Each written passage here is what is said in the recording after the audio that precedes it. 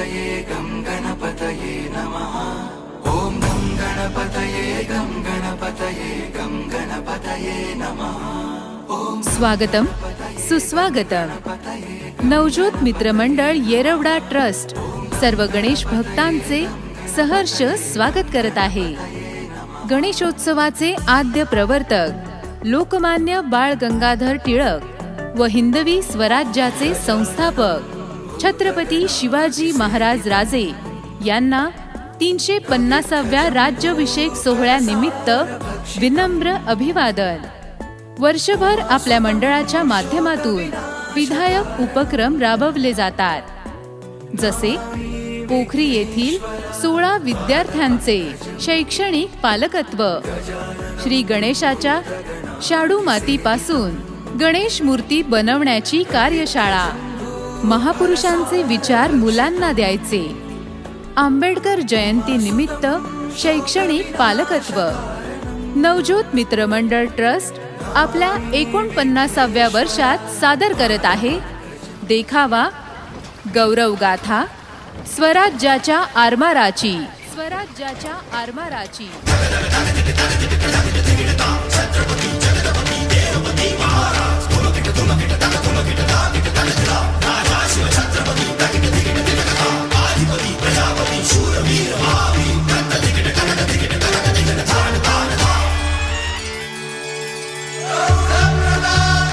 सहा जून 1674 महाराष्ट्राच्या इतिहासातील सुवर्ण दिन। दुर्गराज रायगडावर भव्य दिव्य ऐतिहासिक सोहळा। कित्येक पिढ्यांची गुलामगिरी समाप्त करीत राजे शिवाजी सिंहासनाधीश्वर झाले, छत्रपती झाले। राज्याभिषेक प्रसंगी उपस्थित इंग्रज अधिकारी ऑक्सिंडन लिहितो, राजांच्या सिंहासनाच्या उजव्या अंगाला दिसणारी माशांची मुंडकी शिवरायांचं सागरावरील वर्चस्व दाखवते, तर डाव्या अंगाला सोनेरी भाल्यांना बांधलेल्या असंख्य घोड्यांच्या शेपट्या घोडदळावरील राजांचे अधिपत्य दाखवते।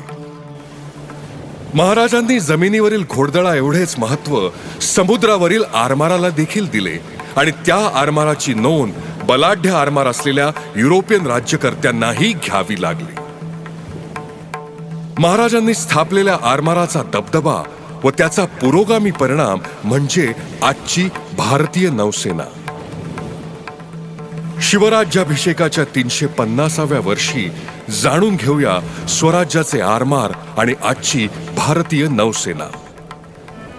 साधारण 14व्या शतकापासून भारतीय सागरी व्यापारावर युरोपियन लोकांचा जोर होता।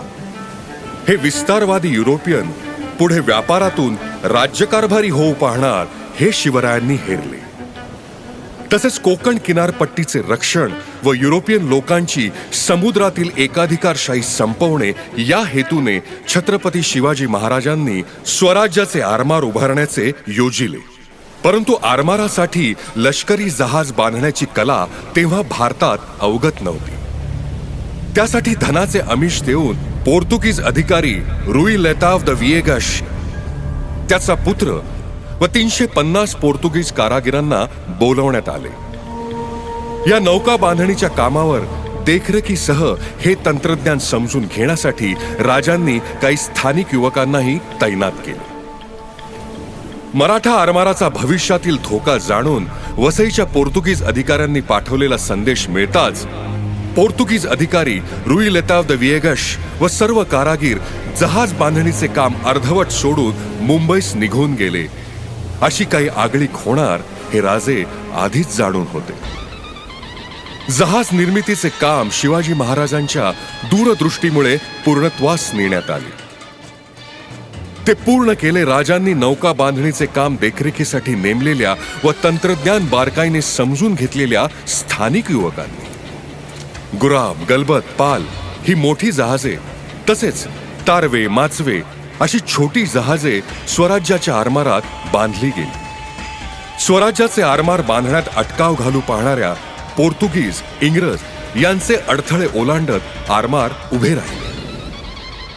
लढाऊ जहाजातून प्रवास करत छत्रपती शिवाजी महाराजांनी नेतृत्व केलेली एकमेव आरमारी मोहीम म्हणजे 1665 सालची बसरूरची स्वारी।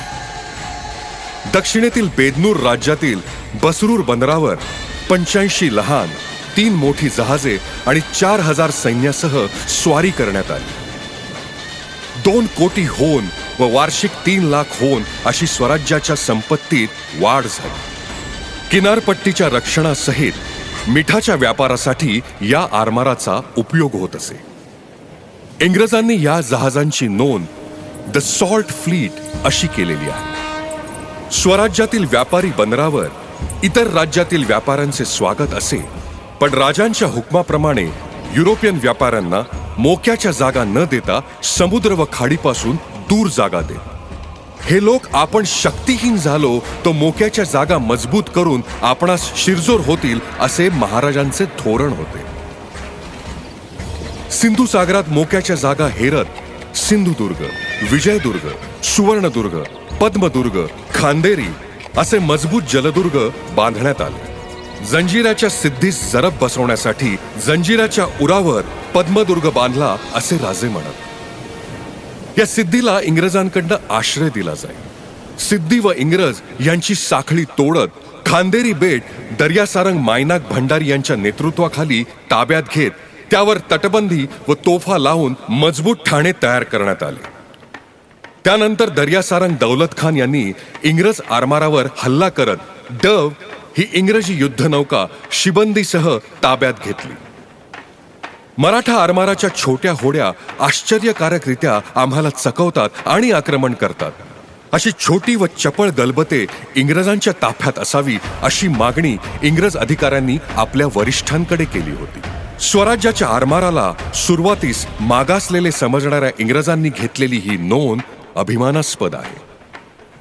पोर्तुगीज इंग्रजांसह इतर आरमारास समुद्रात प्रवास करण्यासाठी मराठा आरमाराकडून परवाने घ्यावे लागत. त्यास दस्त किंवा दस्तक म्हटली जाईल. फक्त 2 दशकाच्या काळात आरमार बांधणी, आरमारी युद्धतंत्र व नौका बांधणी आत्मसात करत असे बलाढ्य आरमार एकमेव छत्रपती शिवाजी महाराजच उभे करू शकतात. छत्रपती शिवरायांच्या पश्चात छत्रपती संभाजी महाराजांनी आरमाराचा उपयोग करत गोव्यातील पोर्तुगीज व जंजिराच्या सिद्धीस जेरीस आणले होते. जंजिरासमोर समुद्र सेतू बांधून सिद्धीचा बिमोड करण्याचा यशस्वी प्रयत्न करत असताना उत्तरेकडनं खुद्द मुघल बादशाह औरंगजेब स्वराज्यावर चालून आल्यामुळे ही मोहीम अर्धवट राहिली.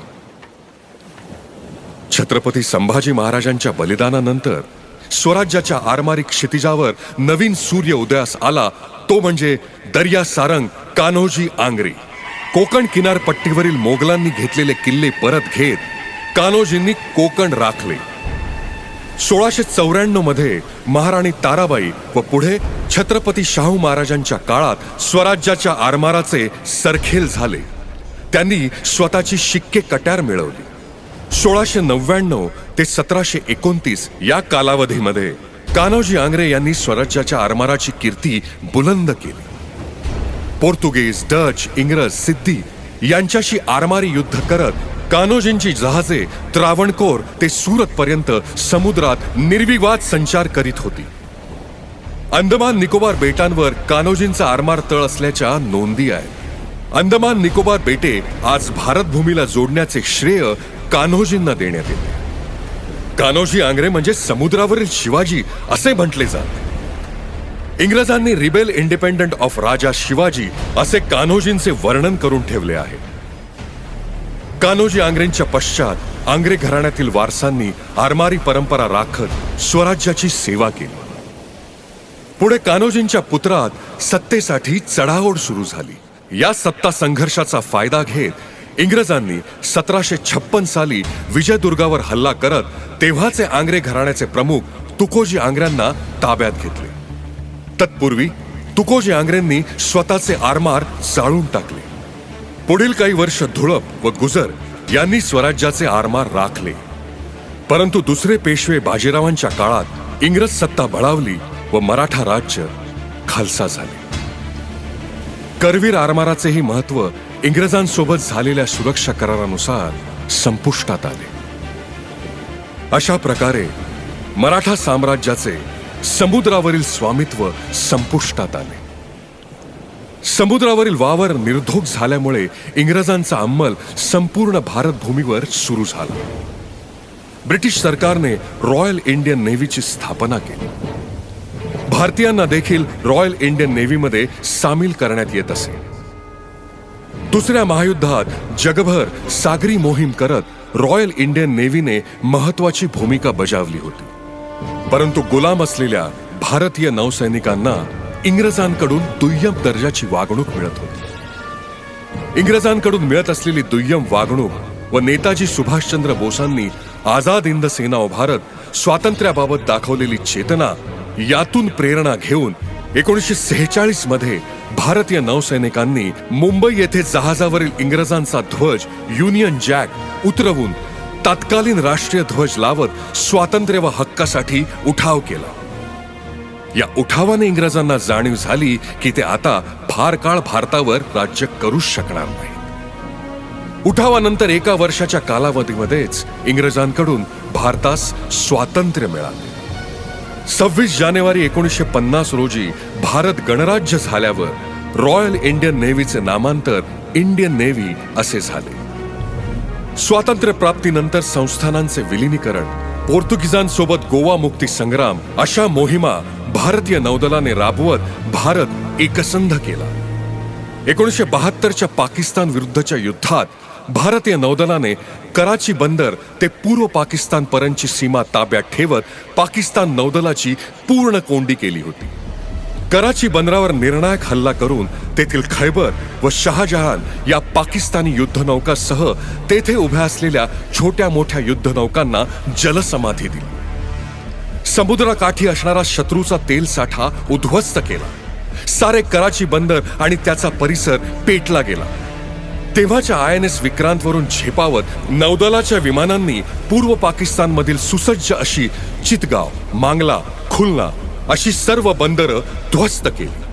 INS विक्रांतसह विशाखापट्टणमचा नाविकतळ नष्ट करण्याच्या उद्देशाने पाकिस्तानने अमेरिकन पाणबुडी गाझी विक्रांतवर सोडली होती. पण भारतीय नौसेनेच्या चातुर्याने ही जगप्रसिद्ध गाझी पाणबुडी विक्रांतजवळ पोहोचण्याआधीच सागर तळात बुडवली गेली. नौदलाचे अचूक नियोजन व आक्रमक हल्ल्याने पिछेहाट झालेल्या पाकिस्तानने 16 डिसेंबर 1972 मध्ये बिनशर्त शरणागती स्वीकारली व जगाच्या नकाशावर बांगलादेश हा नवीन देश स्थापन झाला. 1999च्या कारगिल युद्धादरम्यान भारतीय नौदल सतर्क राहत क्षणात कराची बंदरावर हल्ला करण्यास सज्ज होते. शांतता काळात भारतीय नौदलाच्या सागरी मोहिमा चालू असतात. व्यापारी जहाजांना सोमाली चाच्यांकडून संरक्षण देणे, युद्धजन्य परिस्थिती असलेल्या देशातून भारतीयांना सुखरूप आणणे, तसेच सुनामी, चक्रीवादळ अशा नैसर्गिक आपत्तीमध्ये बचाव व मदत कार्य करणे. कोरोना महामारीच्या काळात परदेशात अडकलेल्या भारतीयांना सुखरूप परत आणले. जगभरात भारतीय बनावटीची कोरोना प्रतिबंधक लस पोहोचवण्याचं कार्य देखील नौदलानेच केले. आत्मनिर्भरतेवर जोर देत भारतीय नौदल आपल्या देशातच लष्करी जहाज निर्मितीसाठी तंत्रज्ञान विकसित करत आहे.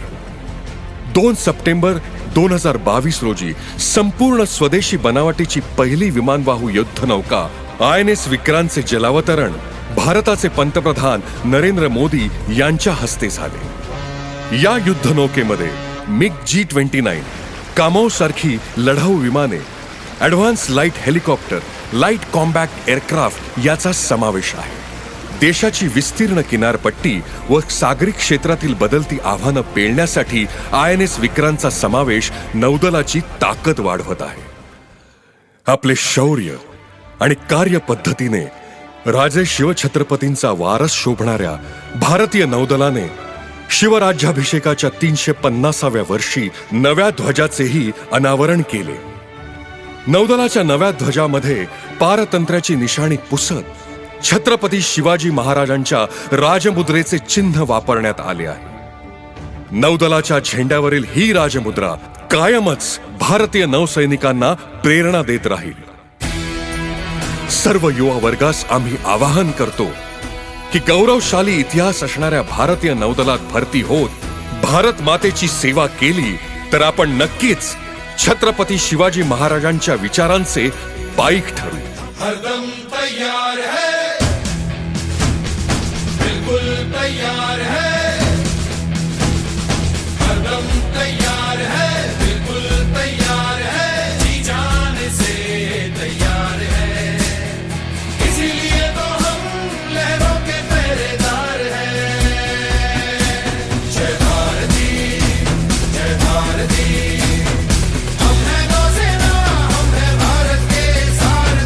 आवाजाचे कलाकार सूत्रधार देवाशीष शेडगे, निवेदन बद्रीश कट्टी आणि पल्लवी चौधरी.